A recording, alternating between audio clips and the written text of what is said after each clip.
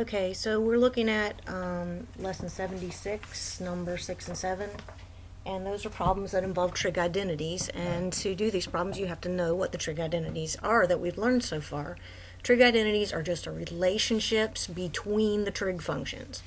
Okay, one of the first things we ever learned was that tangent is sine over cosine, because when we were doing our unit circle, we learned that tangent is y over x, and sine is y, and x is cosine. So one of the first trig identities we learned is tangent theta is sine over cosine, and if you look at a triangle, you can see how that works out, because tangent theta is a over b, opposite over adjacent, and sine theta is opposite over hypotenuse, and cosine theta is adjacent over hypotenuse.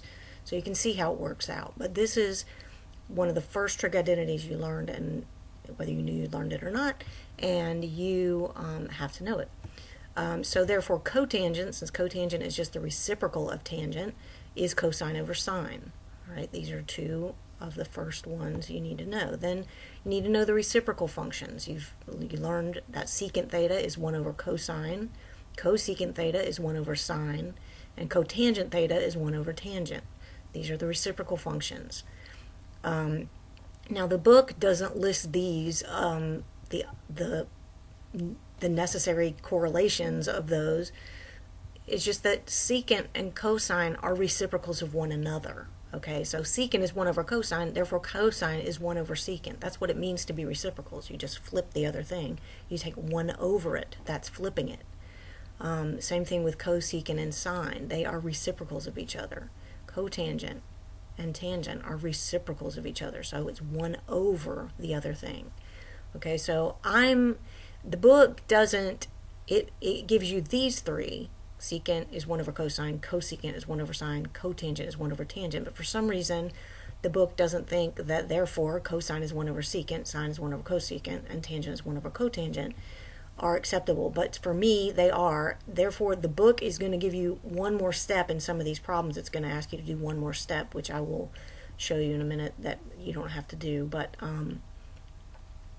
so anyway, you have to know the reciprocal functions, and then you have to know the odd and even functions, which we learned in lesson 76.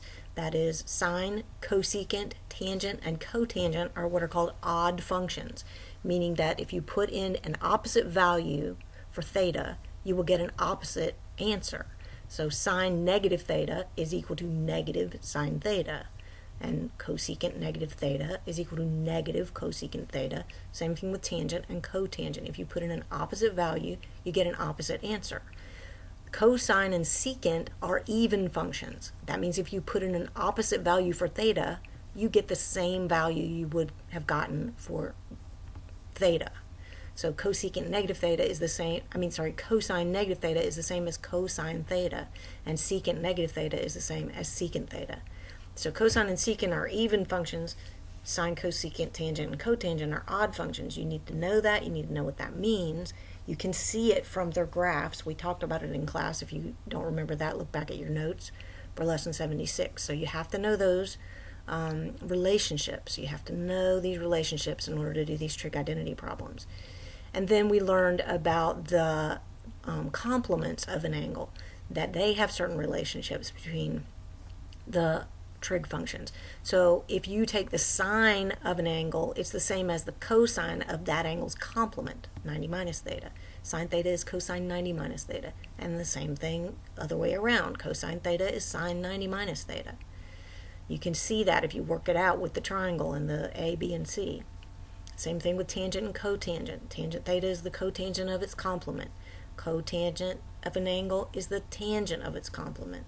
Secant of an angle is cosecant of the complement. Cosecant of an angle is the secant of its complement. So you have to know these trig functions. You have to memorize them, understand where they come from. If you don't have to memorize them if you can just draw the triangle and figure it out, but you've got to get these into your head to do these problems. All right, so lesson 76, number 6 is cosine x tangent x. Just a second. So cosine x tangent x equals 1 over cosecant x. All right, so what you do when you do these problems is you have 3 possible things that you're allowed to do. Remember, if you look back in the lesson, it gives you 3 things that you're allowed to do with these trig identity problems. And I'm not finding out where they are right now, but you can do substitute. You can substitute something for something else. Here, let's go back. Let's look at that lesson 76 where it tells us what we're allowed to do. And it doesn't. Here they are. Okay, so you're allowed to substitute an equivalent expression for any part of a given expression. You're allowed to multiply the top and the bottom of any expression or the top and the bottom of any part of any expression by the same non-zero quantity. And you're allowed to combine terms that have equal denominators. So it's just kind of a little puzzle you're working out. You're trying to make the left side look like the right side. And so you can use these rules to do that. All right, so if you look at this to start with, one of the first things that you're going to almost always do in these problems when you first start doing them is there's usually a tangent multiplied by either cosine or sine or something like that, and you're going to substitute for tangent sine over cosine. So I know that tangent is equal to sine over cosine. Okay, so that's the first thing I'm doing here. And when I do that, that makes these cancel out. And so I end up with sine x. Now, as I said before, for me, what we just learned is that sine and cosecant are reciprocals of one another. Therefore, to me, you can just say that's the reciprocal of cosecant. That's something we know. That's something we just learned. You're done.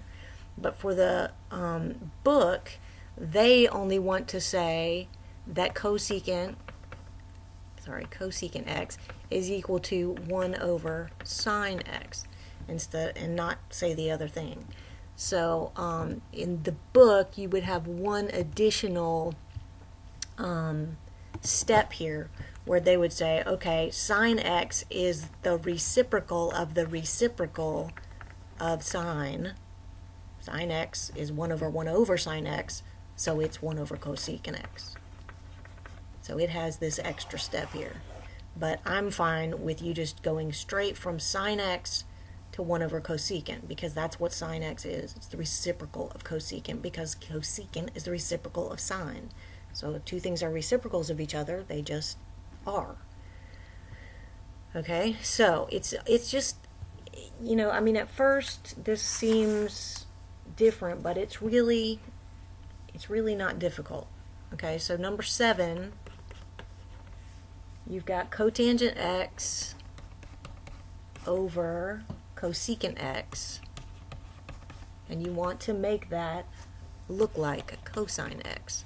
So this is even simpler. You can substitute for cotangent. You know that is equal to cosine x over sine x, and then you can substitute for cosecant 1 over sine x, because that's what cosecant is. Alright, so now you can change this division problem to a multiplication problem, and you'll have cosine x over sine x times sine x over 1, and therefore you get cosine x, which is what you wanted.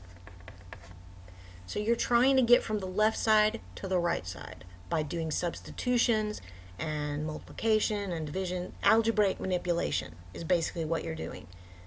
You're just substituting things in so that you can get the left side to look like the right side. And when you get there, you're done. So using the trig identities we talked about, all these trig identities here, you have to know to do these problems. And we're going to start learning more trig identities. So make sure that you get these down so that you are ready to learn more.